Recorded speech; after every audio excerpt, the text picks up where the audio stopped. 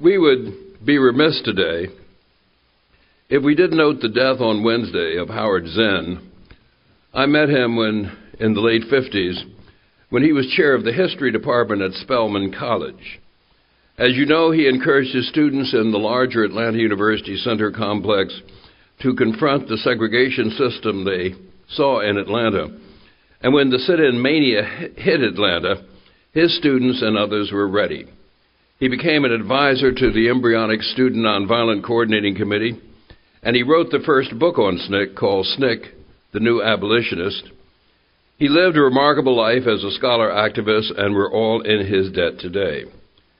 And I'd also be remiss if I didn't repeat an announcement I made earlier in the morning about the upcoming 50th anniversary reunion conference of the Student Nonviolent Coordinating Committee to be held in Raleigh from April 16th to 18th of this year. Howard Zinn had agreed to be a speaker. And I'd finally be remiss if I didn't introduce two of my colleagues from the Student Nonviolent Coordinating Committee who are here today, Joan Browning from West Virginia, and Charles Sherrod from Albany, Georgia, who will speak to us tomorrow. Now, my remarks are entitled, What We Did.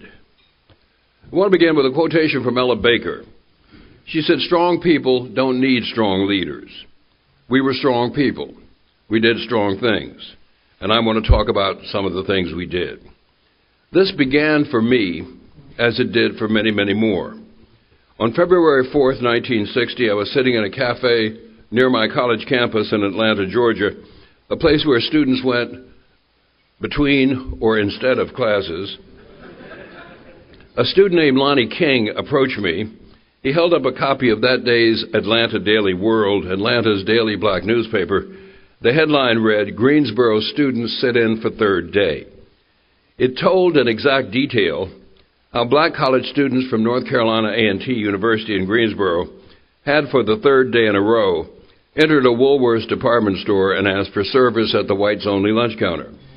It described their demeanor, their dress, their determination to return the following day, and as many successive days as it took if they were not served. "Have you seen this?" he demanded. "Yes, I have," I replied. "What do you think about it?" he asked. "I think it's great," I said. "Don't you think it ought to happen here?" he asked. I said, "I'm sure it will happen here. Surely someone here will do it."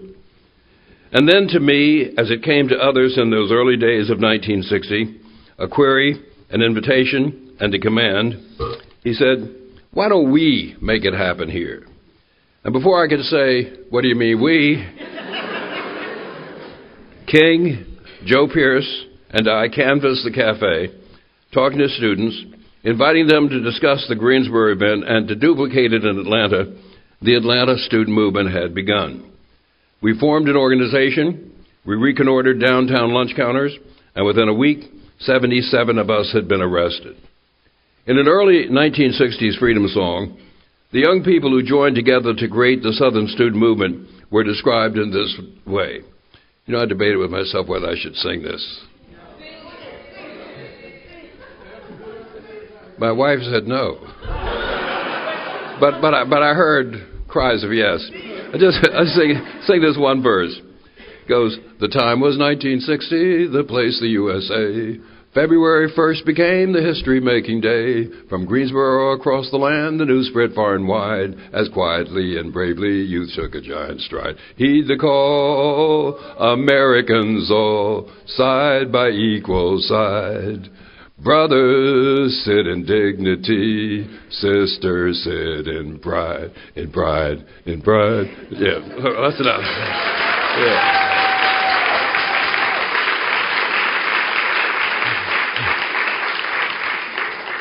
As former President Jimmy Carter told SNCC worker Mary King, "If you wanted to scare white people in Southwest Georgia, Martin Luther King and the Southern Christian leadership wouldn't do it. You only had to say one word, SNCC." As John F. Kennedy said, compared to Martin Luther King's SCLC, SNCC workers were real sons of bitches. The Student Nonviolent Coordinating Committee was founded in Raleigh, North Carolina in 1960 by Southern student protesters engaged in sit-in demonstrations against lunch counter segregation. Within a year, the organization evolved from a coordinating committee to a hands-on organization, helping local leadership in rural and small-town communities across the South, helping them participate in a variety of protests and political and economic organizing campaigns, setting SNCC apart from the civil rights mainstream of the 1960s.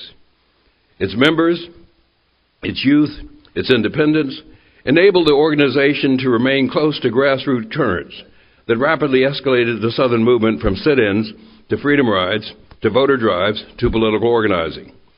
By 1965, SNCC fielded the largest staff of any civil rights organization operating in the South.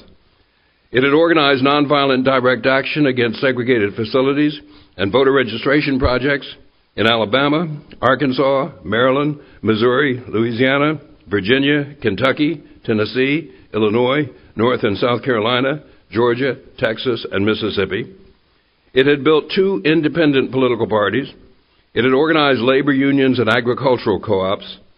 It gave the movement for women's liberation new energy. It inspired and trained the activists who began the New Left. It helped expand the limits of political debate within Black America, and it broadened the focus of the civil rights movement.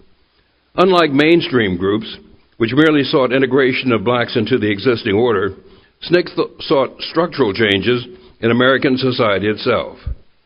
In 1960, the dominant organization fighting for civil rights was the National Association for the Advancement of Colored People. Its preferred method was litigation, and it achieved its greatest victory in 1954 in Brown v. the Board of Education. The NAACP lobbied Congress and presidents to adopt anti-segregation measures. Its local branches were often the main civil rights outpost in many communities.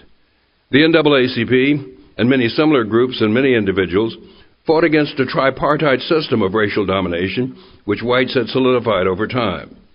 Ironically, a consequence of the segregation system was the development of close-knit communities, communities of institutions, churches, schools, and organizations, which nurtured and encouraged the fight against white supremacy.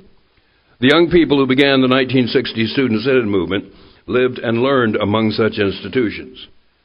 The movement's goals were described to the Democratic Convention's Platform Committee in 1960 by SNCC's first chairman, Marion Barry, as seeking a community in which man can realize the full meaning of self, which demands open relationships with others. He declared Southern students wanted an end to racial discrimination in housing, education, employment, and voting. SNCC's goals were similarly broadly described by Executive Secretary James Forman in 1961 as working full-time against the whole value system of the country and by working toward revolution. In 1963, he described as a program of developing, building, and strengthening indigenous leadership, and by third SNCC Chairman John Lewis at the 1963 March on Washington as building a serious social revolution against American politics dominated by politicians who build their careers on immoral compromises and ally themselves with open forms of political, economic, and social exploitation. SNCC pioneered first-time races by blacks in the 1960s Deep South, added foreign policy demands to the black political agenda, and broadened the acceptable limits of political discourse. SNCC was in the vanguard in demonstrating that independent black politics could be successful. Its early attempts to use black candidates to raise issues where victory was unlikely expanded the political horizon.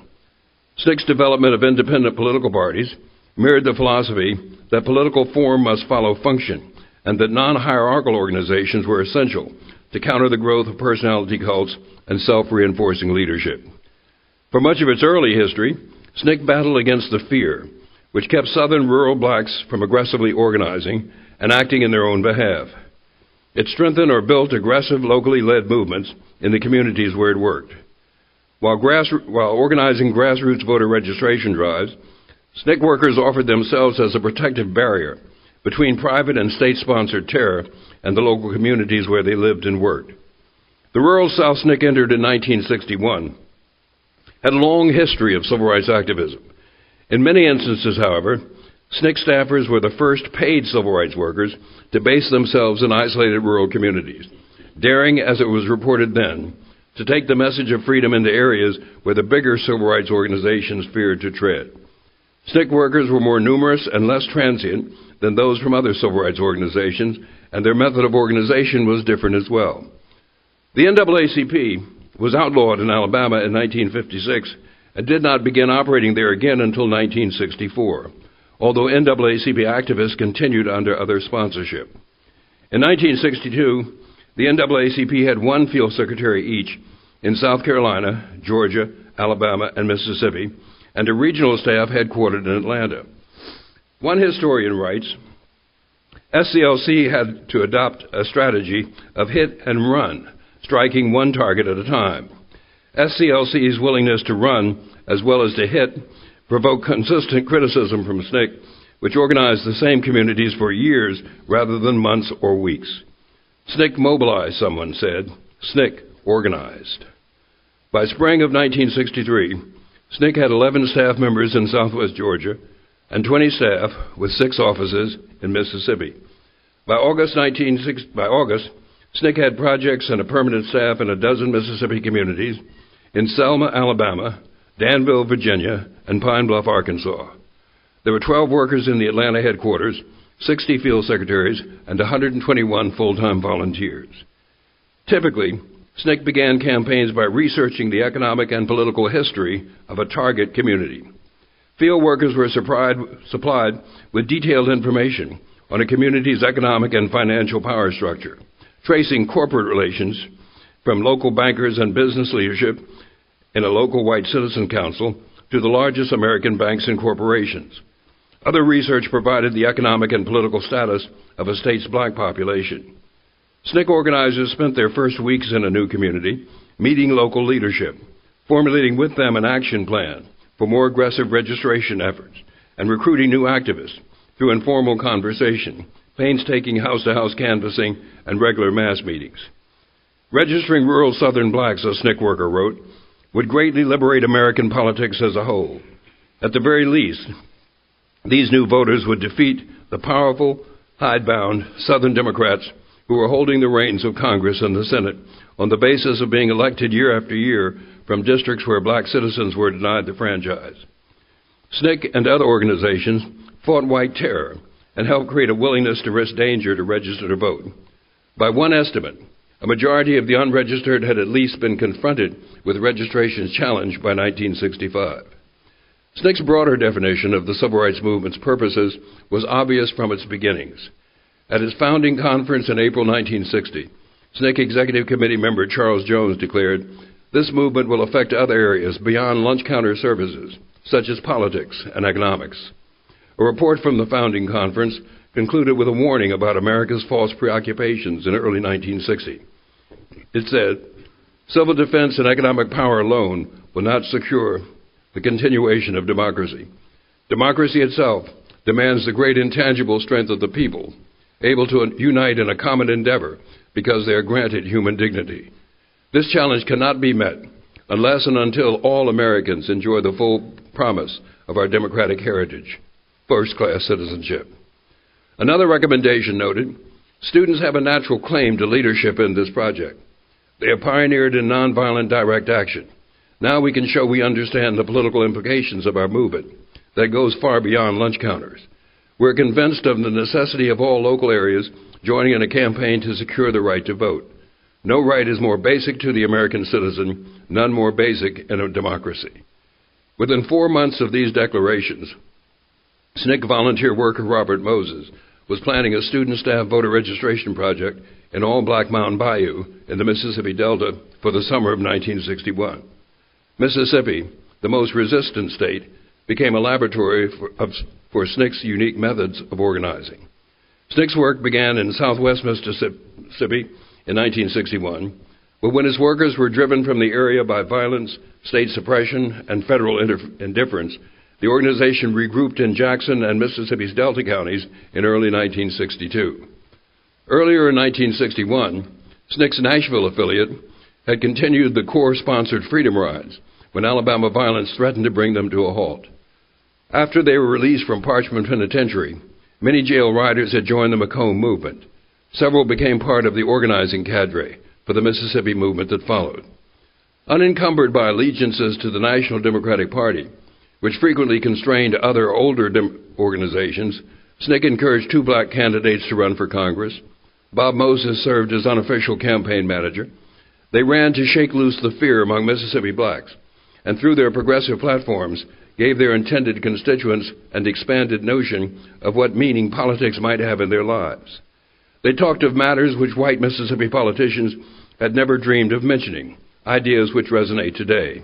Legislation improving the school system, a broader plan of medical coverage, special training facilities to develop industrial skills among the great mass of Mississippians who lack these completely. To demonstrate the disenfranchised Mississippi blacks did want to register, did want to vote, SNCC mounted a Freedom Vote campaign in November 1963. Over 80,000 blacks cast mock votes in a mock election for governor and lieutenant governor. 100 northern white students worked in this campaign, attracting attention from the Department of Justice and the national media, as black registration workers had never done, paving the way for the Freedom Summer campaign of 1964. Freedom Summer brought almost 1,000 mostly white volunteers to Mississippi for the summer of 1964. They helped build the new political party SNCC had organized, the Mississippi Freedom Democratic Party. They registered voters. They staffed 28 freedom schools, intended by their designer, Charles Cobb, to provide an education which will make it possible for them to challenge the myths of our society, to perceive more clearly its realities, and to find alternatives and ultimately new directions for action. Over the next several years, SNCC-backed candidates for Congress ran in Albany, Georgia, Selma, Alabama, Danville, Virginia, and Enfield, North Carolina. SNCC helped candidates for Agricultural Stabilization and Conservation Services boards in Alabama, Arkansas, Georgia, North Carolina, and Mississippi. It aided school board candidates in Arkansas in 1965 and worked towards solving the economic problems of the Southern Negro by organizing the Mississippi Freedom Labor Union and Poor People's Corporation and mounting economic boycotts against discriminatory merchants. Among SNCC's contribution to electoral politics were the formation of 2 political parties and the conception and implementation of my successful campaigns for the Georgia State Legislature. The MFDP challenged the seating of the regular all-white delegation from Mississippi at the 1964 Democratic Convention, and in 1965 challenged the seatings of Mississippi's congressional delegation in Washington. The convention challenge ended in failure when pressures from President Lyndon Johnson erased promised support from party liberals. An offer was made and rejected of 2 convention seats to be filled by the National Party, not by the Freedom Democrats. As Fannie Lou Hamer famously declared, "We didn't come for no 2 seats, because all of us is tired." Each challenge served as an object lesson for strengthening black political independence, and the organizing and lobbying efforts for each laid the groundwork for congressional passage of the Voting Rights Act of 1965. The MFDP served as a prototype for the model of black power advocated and popularized by Stokely Carmichael. In 1965, the Macomb MFDP branch became the first black political organization to express opposition to the war in Vietnam. State MFDP officials not only refused to repudiate the Macomb statement, they reprinted it in the state MFDP newsletter, giving it wider circulation and laying the groundwork for future black opponents of the war. The MFDP's legal efforts against white resistance to political equality proved important to black political efforts across the South. An MFDP-directed court suit resulted in the Supreme Court's landmark 1969 decision in Allen versus State Board of Elections, critical to continuing black political progress throughout the South. For the first time, rather than applying constitutional principles, for the first time, the Supreme Court recognized and applied the principle of minority vote dilution, that the black vote can be affected as much by dilution as by absolute prohibition on casting a ballot. But the MFDP wasn't the only organization SNCC helped to build, and not the only one that survived the demise of the parent. In 1964, SNCC encouraged a group of New York progressives and health professionals to form a group to provide health care to workers in the Freedom Summer campaign. Most of them were veterans of past attempts to organize physicians to push for integration of the AMA's segregated Southern affiliates and of sporadic attempts to win support for national health insurance. They called their new organization the Medical Committee for Human Rights.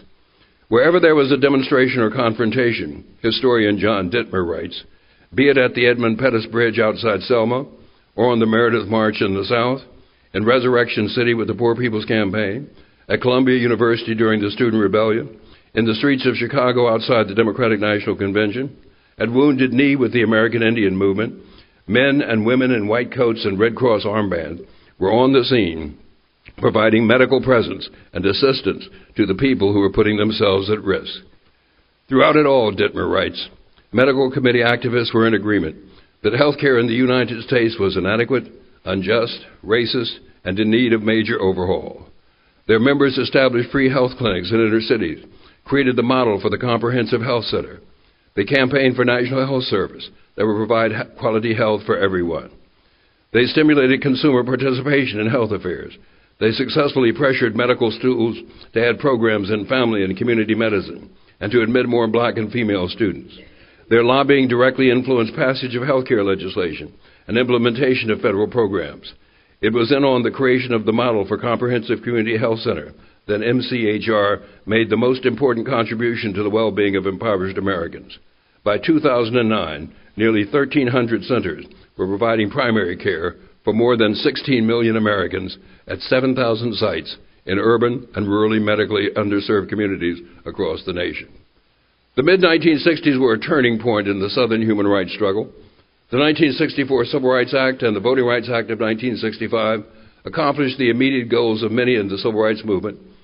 SNCC worker Cleveland Sellers wrote, when the federal government passed bills that supposedly supported black voting and outlawed public segregation, SNCC lost the initiative in these areas. Northern urban riots in the late 1960s made the nation and Southern civil rights workers aware that victories at lunch counters and ballot boxes meant little to blacks locked in northern ghettos. SNCC had long believed its works ought to be expanded to larger cities in the South and outside the region.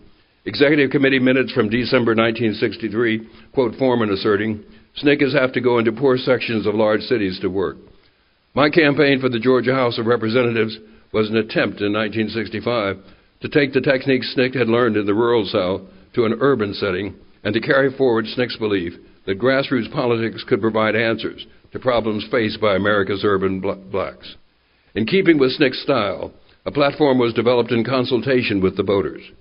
The campaign supported a minimum wage of $2 an hour, repeal of the right to work law, and abolition of the death penalty.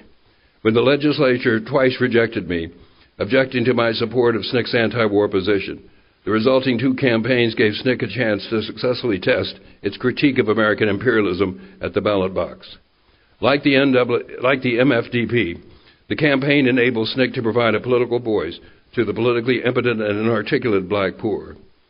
In 1966 in Alabama, SNCC helped to create a black political party called the Lowndes County Freedom Organization, an independent political party which would prove to be a factor in Alabama politics for years to come. The party was formed in reaction to the racism of local and state Democratic parties. Like the MFDP, the new party was open to whites, but no whites in Lowndes County would participate in a black-dominated political effort. Concurrently with the organizing effort of the MFDP and the LCFO and the Bond campaign, SNCC was reassessing its concentration on the South. At a retreat in May of '66, Ivanhoe Donaldson argued in favor of SNCC's replicating its successful Southern political organization efforts in the South, and the staff agreed. Donaldson and Robert Moses suggested that techniques learned in the Southern campaigns could be employed to ease SNCC's passage into northern cities. Michael Thelwell proposed in 1966 that the organization, quote, move to the ghetto and organize those communities to control themselves. The organization must be attempted in northern and southern areas, as well as at the rural black belt of the South. Projects were established in Washington, D.C. to fight for home rule, in Columbus, Ohio, where a community foundation was organized, in New York City's Harlem, where SNCC workers organized early efforts at community control of public schools, in Los Angeles, where SNCC helped to monitor local police and joined an effort at creating a freedom city in black neighborhoods, in Chicago, where SNCC workers began to build an independent political party and demonstrate against segregated schools. In each of these cities, the Southern experiences of SNCC organizers informed their work. As SNCC chair, Marion Barry had written members of Congress in 1960 to urge immediate action to provide self-government to the voteless residents of our nation's capital, the District of Columbia. In February 1966, Barry, then director of SNCC's Washington office, announced the formation of the Free D.C. movement. He wrote, "The premise is we want to organize black people for black power." Barry and the FDMCM conducted a special boycott of Washington merchants who did not support home rule. In New York, SNCC worker Bill Hall helped a Harlem group working for community control of Intermediate School number 201 in fall of 1966. His work laid the groundwork for later successful protests for community control of schools throughout the city. In Los Angeles, SNCC worker Cliff Voss described his work as a manifestation of self-help, determination, and power for poor people. Just as a concern for social change had never been limited to the southern states alone, SNCC's concern for human rights had long extended beyond the borders of the United States. It had linked the fight of American blacks with the struggle for African independence from its very first public statements. At its founding statements, it announced its identification with the African liberation struggle. It said, "We identify with ourselves with the African struggle as a concern for all mankind." At their fall 1960 conference in Atlanta, a featured speaker was Alfonso Cuckoo, an Antioch College student and brother of Kenyan labor leader Tom Mboya. The mass meeting program said, "Okuku brings to our attention the great significance of the African struggle and its relationship to our fight." SNCC Chairman John Lewis told the March on Washington in 1963, "One man, one vote is the African cry. It must be ours." In December 1963, SNCC workers in Atlanta conferred with Kenya leader Oginga Odinga, and in September 1964, an 11-member SNCC delegation went to Guinea as guest of that country's president, Sekou Touré. 2 members of the group toured Africa for a month after the Guinea trip. In October 1965, 2 SNCC workers represented the organization at the annual meeting of the Organization of African Unity in Ghana. SNCC's January 1966 anti-war statement charged the United States with being deceptive in claiming control for freedom of colored people in such countries as the Dominican Republic, the Congo, South Africa, and the United States itself. Singer Harry Belafonte organized a supportive reception at the United Nations with 15 African diplomats in early 1966. And in March 22, 1966, 7 SNCC workers were arrested at the South African consulate in New York City, preceding by 20 years the Free South Africa movement that later saw hundreds arrested at the South African embassy in Washington. At a June 1967 staff meeting, SNCC declared itself a human rights organization, dedicated to the liberation not only of black people in the United States, but of all oppressed people, especially those in Africa, Asia, and Latin America. SNCC's chair, Stokely Carmichael, visited Algeria, Syria, Egypt, Guinea, and Tanzania in mid-67. In November 67, Foreman testified for SNCC before the UN's 4th Committee against American investment in South Africa. There are many, many reasons for the demise of this important organization. The current of nationalism, ever present in black America, widened at the end of the 1960s to become a rushing torrent which swept away the hopeful notion of black and white together that the decade's beginning had promised. SNCC's white staff members were asked to devote their energies to organizing in white communities. Some agreed, but many believed this action repudiated the movement's hopeful call to Americans all side by equal side.